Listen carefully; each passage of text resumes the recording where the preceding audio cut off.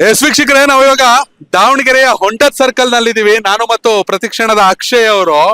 ನಿಜಕ್ಕೂ ಅತಿ ದೊಡ್ಡ ಚರ್ಚೆ ವಿಚಾರ ಅಂದ್ರೆ ನೀವು ಈಗಾಗಲೇ ಹೇಳ್ತಾ ಇದ್ರಿ, for the first time BJP ತನ್ನ ಫಲಿತಾಂಶಕ್ಕಾಗಿ ಅಲ್ಪಸಂಖ್ಯಾತರ ಮೇಲೆ ಅವಲಂಬಿತವಾಗಿದೆ.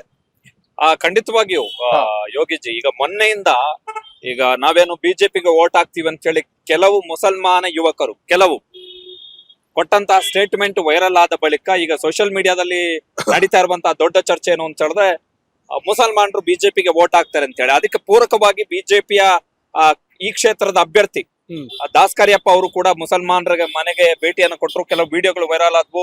ಏನೋ ಯುವಕರು ನಾವೇ ಈ ಸಲ ನಿಮಗೆ ವೋಟ್ ಹಾಕ್ತಿವಿ ಅಂತ ಹೇಳಿರುವಂತದ್ದು ನಿಜ. ಬಟ್ ನಿಮಗೆ ಅನ್ಸುತ್ತಾ ಸರ್, ಈಗ ನೀವು ಕೂಡ ಎಲೆಕ್ಷನ್ ಅನ್ನು ನೋಡಿದಿರಿ, ಮುಸಲ್ಮಾನ ಮತಗಳು ಬಿಜೆಪಿಗೆ ಟಿಲ್ಟ್ ಆಗುವ ರೀತಿಯಲ್ಲಿ ಪರಿಸ್ಥಿತಿ ಇದೆಯಾ ಈ ಕ್ಷೇತ್ರದಲ್ಲಿ? ಅಕ್ಷಯ್, ಹೇಗಿದೆ ಸದ್ಯ ದಾವಣಗೆರೆ ದಕ್ಷಿಣದ ಪರಿಸ್ಥಿತಿ ಅಂದ್ರೆ, ಶಾಮನೂರು ಶಿವಶಂಕರಪ್ಪ ಅವರ ಮೇಲೆ ಪಕ್ಷಾತೀತವಾಗಿ ಜಾತ್ಯತೀತವಾಗಿ ಗೌರವವನ್ನ ತೋರ್ಸ್ಕೊ ಬಂದ್ರು. ಯಾಕಂದ್ರೆ 93-94ರಲ್ಲಿ ಇಲ್ಲಿ ನಡೆದಂತ ದಂಗೆ, ಕಮ್ಯುನಲ್ ವಾರ್ ಏನಿತ್ತು, ಅದು ಶಾಮನೂರು ಶಿವಶಂಕರಪ್ಪ ಅವರು ಅಧಿಕಾರಕ್ಕೆ ಬಂದ ಮೇಲೆ ರಾಜಕೀಯವಾಗಿ ಅಧಿಕಾರಕ್ಕೆ ಬಂದ ಮೇಲೆ ಸಂಪೂರ್ಣ ಶಾಂತವಾಯಿತು.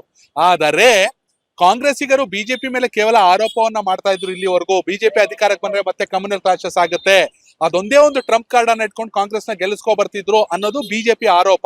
ಈಗ ಶಾಮನೂರು ಶಿವಶಂಕರಪ್ಪ ಅವರೇ ಇಲ್ಲ, ಹೀಗಾಗಿ ಕಮಲ ಅರಳಬೇಕು, ಅದಕ್ಕೆ ಅಲ್ಪಸಂಖ್ಯಾತರ ನೆರವು ಕೂಡ ಬೇಕು ಅನ್ನೋ ಲೆಕ್ಕಾಚಾರ.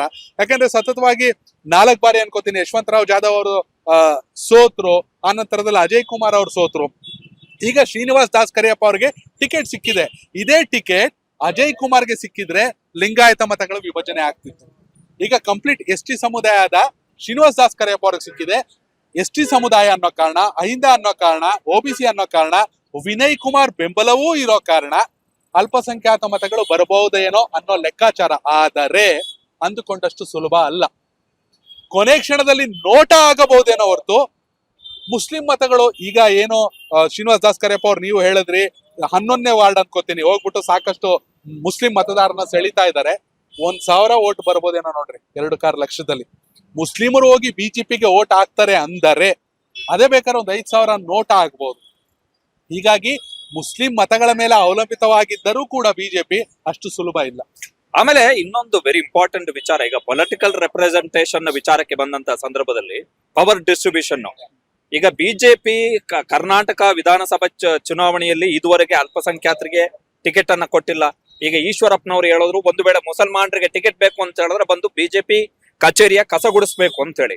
ಜೊತೆಗೆ ಲೋಕಸಭಾ ಚುನಾವಣೆಯಲ್ಲಿ ಈ ಬಾರಿ ಅಂದ್ರೆ 2024ರ ಲೋಕಸಭಾ ಚುನಾವಣೆಯಲ್ಲಿ ಬಿಜೆಪಿ ಒಬ್ರು ಅಲ್ಪಸಂಖ್ಯಾತರಿಗೆ ಟಿಕೆಟ್ ಅನ್ನ ಕೊಟ್ಟಿಲ್ಲ. ಈ ಹಿಂದೆ ಕೇಂದ್ರದಲ್ಲಿ ಒಬ್ರು ಬಿಜೆಪಿಯಲ್ಲಿ NDA ಸರ್ಕಾರದಲ್ಲಿ ಮುಸಲ್ಮಾನ ಮಂತ್ರಿ ಇದ್ರು, ಮುಖ್ತಾರ್ ಅಬ್ಬಾಸ್ ನಖ್ವಿ ಇದ್ರು, ಶಹನವಾಜ್ ಹುಸೇನ್ ಇದ್ರು, ಅವರಿಗೆಲ್ಲ ಅವಕಾಶಗಳಿತ್ತು. ಬಟ್ ಬಿಜೆಪಿಯ ಟೂ ಮಚ್ ಹಿಂದುತ್ವದ ಅಡಿಯಲ್ಲಿ ಅವಕಾಶಗಳು ಸಿಗ್ಲಿಲ್ಲ. ಸೊ ದಾವಣಗೆರೆ ದಕ್ಷಿಣ ಕ್ಷೇತ್ರದಲ್ಲಿ ಬಿಜೆಪಿ ಅವರು ಅಂದುಕೊಂಡಷ್ಟರ ಮಟ್ಟಿಗೆ ಈ ಮತಗಳು, ಮುಸಲ್ಮಾನ ಮತಗಳು ಬಿಜೆಪಿಗೆ ಬರ್ಲಿಕ್ಕೆ ಖಂಡಿತ ಸಾಧ್ಯ ಇಲ್ಲ. ಎಂತ ದುರಂತ ಅಂದ್ರೆ, ಅನಂತ್ ಕುಮಾರ್ ಹೆಗಡೆ ಅಂತಹ ಹಿಂದುತ್ವ ಅಥವಾ ಯತ್ನಾಳ್ ಅಂತ ಹಿಂದುತ್ವದ ನಾಯಕರು ನಂಗೆ ಮುಸಲ್ಮಾನ್ ಓಟೇ ಬೇಡ, ನಮಗ್ ಮುಸಲ್ಮಾನ್ ಓಟೇ ಬೇಡ, ನಾವು ಸೋತರೂ ಪರವಾಗಿಲ್ಲ ಅನ್ನೋ ಮಟ್ಟಕ್ಕಿದ್ದಂತ ಬಿಜೆಪಿ ಇವತ್ತು ಮುಸಲ್ಮಾನರ ಮನೆಗೆ ಹೋಗಿ ಬೆಂಬಲವನ್ನ ಕೇಳುವಂತ ಪರಿಸ್ಥಿತಿ ಬಂದಿದೆ. ಇದು ರಾಜಕೀಯ, ಅಲ್ಟಿಮೇಟ್ ಆಗಿ ಇದು ಜನಕ್ಕೆ ಅರ್ಥ ಆಗುತ್ತೆ.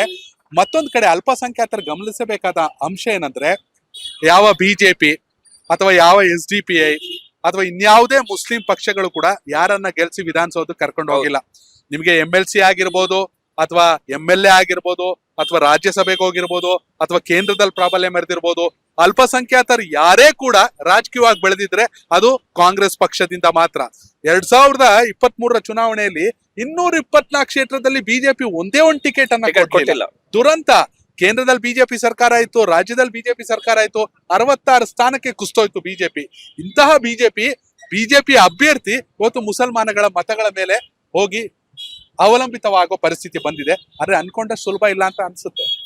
ಆಮೇಲೆ ದಾವಣಗೆರೆ ದಕ್ಷಿಣದಲ್ಲಿ ಒಂದು ವೇಳೆ ಮುಸಲ್ಮಾನರ ಮತಗಳು ಬೆರಳೆಣಿಕೆಯ, ಈಗ ನಾವು ಮತ್ತೆ ನೀವು ಇಬ್ಬರು ಕೂಡ ಸುತ್ತಾಡಿದ ಪ್ರಕಾರ, ನಮ್ ಗಮನಕ್ಕೆ ಬಂದ ಪ್ರಕಾರ ದೊಡ್ಡ ಮಟ್ಟದಲ್ಲಿ ಏನು ಟಿಲ್ಟ್ ಆಗುವಂತ ಯಾವ ಲಕ್ಷಣಗಳು ಕೂಡ ಕಾಣಿಸ್ತಿಲ್ಲ. ಬಹುಶಃ SDPIಗೆ ಮುಸಲ್ಮಾನ ಸಮುದಾಯದ ಕೆಲ ಯುವಕರು ವೋಟ್ ಹಾಕಬಹುದು, ಇಲ್ಲ ಅಂತ ನಾನು ಹೇಳ್ತಾ ಇಲ್ಲ. ಬಟ್ ಹೌದು. ಬಿಜೆಪಿ ಕಡೆಗೆ ಟಿಲ್ಟ್ ಆಗುವಂತ ಯಾವುದೇ ಲಕ್ಷಣಗಳು ಮೇಲ್ನೋಟಕ್ಕಂತೂ ಕಾಣಿಸ್ತಾ ಇಲ್ಲ.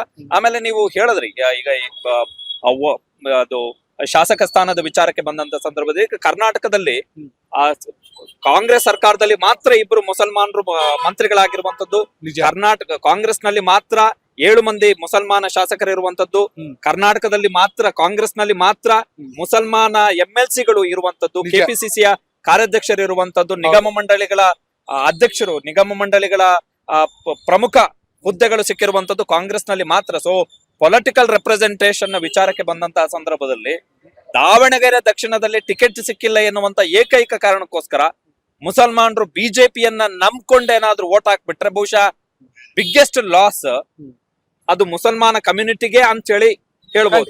ಖಂಡಿತವಾಗ್ಲು ಈ ಮಟ್ಟಿಗೆ ಕೇಳ್ಬೋದು. ಯಾಕಂದ್ರೆ ಈಗ ಸೈಯದ್ ಖಾಲಿದ್ ಮನುಷ್ಯ ಫ್ಯೂಚರ್ ನ ಯೋಚನೆ ಮಾಡ್ತಾ ಇದ್ದಾರೆ. ಯಂಗ್ ಲೀಡರು ಸೈಲೆಂಟ್ ಆಗಿದ್ದಾರೆ. ಪಕ್ಷ ಏನ್ ಹೇಳುತ್ತೆ ಅದ್ ಮಾಡ್ತೀನಿ. ಯಾಕಂದ್ರೆ ಅವರು ತುಂಬಾ ಪ್ರಯತ್ನವನ್ನ ಪಟ್ರು. ಅವರು ಕೂಡ ವಿಧಾನಸೌಧಕ್ಕೆ ಬರುವಂತ ಎಲ್ಲ ಅರ್ಹತೆ ಇತ್ತು. ಇನ್ನೊಂದು ಜಬ್ಬಾರು ಆಲ್ರೆಡಿ MLC ಇದ್ದಾರೆ. ಈಗ 2 ಟೈಮ್ 2ನೇ ಬಾರಿ MLC ಆಗಿರುವಂತದ್ದು ಈಗ ನಾಮಿನೇಷನ್ ನ ವಾಪಸ್ ತಗೋಬೇಕಂತ ಹೇಳೋದು ಸಾದಿಕ್ ಪೈಲ್ವಾನ್ ಅವ್ರ ವಿಚಾರದ ಮೇಲೆ ಒಂದು ಚರ್ಚೆ ನಡೀತಾ ಇದೆ. ಅದು ಕೂಡ ನಾಳೆ ಸಂಜೆ ಹೊತ್ತಿಗೆ ಗೊತ್ತಾಗುತ್ತೆ. ಒಟ್ನಲ್ಲಿ ಅಲ್ಪಸಂಖ್ಯಾತರ ಮತವೇ ಬೇಡ ಅನ್ನುವಂತ ಬಿಜೆಪಿ ಪಕ್ಷ ಇರುವ ರಾಜ್ಯದಲ್ಲಿ ಅಥವಾ ದೇಶದಲ್ಲಿ ಬಿಜೆಪಿ ಅಭ್ಯರ್ಥಿಯೇ ಅಲ್ಪಸಂಖ್ಯಾತರ ಮತದ ಮೇಲೆ ಅವಲಂಬಿತ ಆಗಿರೋದು ನಿಜಕ್ಕೂ ರಾಜಕೀಯದ ವೈಚಿತ್ರಗಳಲ್ಲಿ ಒಂದು ಅಂತಾನೆ ಹೇಳ್ಬೋದು. ಖಂಡಿತವಾಗಿಯೂ ಆ ಕಾಂಗ್ರೆಸ್ ಅನ್ನ ಓಲೈಕೆ, ಅಲ್ಪಸಂಖ್ಯಾತರ ಓಲೈಕೆ ಅಥವಾ ತುಷ್ಟೀಕರಣ ರಾಜಕಾರಣ. ಈಗ ಫಾರ್ ಎಕ್ಸಾಂಪಲ್ ಸಿದ್ದರಾಮಯ್ಯನವರ ಬಜೆಟ್ ನ ಈ ಸಂದರ್ಭದಲ್ಲಿ ಹೌದು, ಮೊನ್ನೆ ಬಿಜೆಪಿ ಅವರ ಟಿಕೆಟ್ ಮಾಡಿದ್ರು, ಇದು ಬ್ರದರ್ ಬಜೆಟ್, ಇದು ಸಾಹೇಬ್ರ ಬಜೆಟ್ ಅಂತೇಳಿ, ಹೌದು, ಸಾಬ್ರ ಬಜೆಟ್ ಇದು ಅಂತೇಳಿ. ಹೌದು. ಅಷ್ಟರ ಮಟ್ಟಿಗೆ ಮುಸಲ್ಮಾನರನ್ನ ಟೀಕೆ ಮಾಡ್ಕೊಂಡು ಅವರನ್ನ ನಿಂದಿಸಿ ಅವರ ವಿರುದ್ಧ ವಾಗ್ದಾಳಿಯನ್ನ ಮಾಡಿ ಟಾರ್ಗೆಟ್ ಮಾಡ್ತಾ ಇದ್ದಂತಹ ಬಿಜೆಪಿ ನೀವು ಹೇಳದ ಹಾಗೆ ಮೊದಲ ಬಾರಿಗೆ ದಾವಣಗೆರೆ ದಕ್ಷಿಣದಲ್ಲಿ ಮುಸಲ್ಮಾನರ ಮನೆ ಬಾಗಿಲಿಗೆ ಹೋಗಿ ನಿಮ್ಮ ಮತ ದಕ್ಷಿಣೆಯನ್ನು ಕೊಡಿ ಅಂತೇಳಿ ಕೇಳುವಂತಹ ಪರಿಸ್ಥಿತಿಗೆ ಬಿಜೆಪಿಯ ಸ್ಥಿತಿ ಬಂದು ನಿಂತಿದೆ. ಎಸ್ ವೀಕ್ಷಕರೇ, ನೀವು ಕೂಡ ಕಾಮೆಂಟ್ ಮೂಲಕ ತಿಳಿಸಿ ದಾವಣಗೆರೆ ದಕ್ಷಿಣದಲ್ಲಿ ಯಾರು ಶಾಸಕರಾಗಬೇಕು ಅಂತ. ಖಂಡಿತವಾಗ್ಲೂ ಹಾಗೆ ಇಲ್ಲಿಯ ಮತದಾರರಾಗಿದ್ರೆ ಇಲ್ಲಿ ಸಮಸ್ಯೆಗಳ ಬಗ್ಗೆ ಕಾಮೆಂಟ್ ಮಾಡಿ. ಧನ್ಯವಾದಗಳು. ಕನೆಕ್ಟ್ ಕರ್ನಾಟಕ, ಇದು ನಿಮ್ಮ ನೆಟ್ವರ್ಕ್.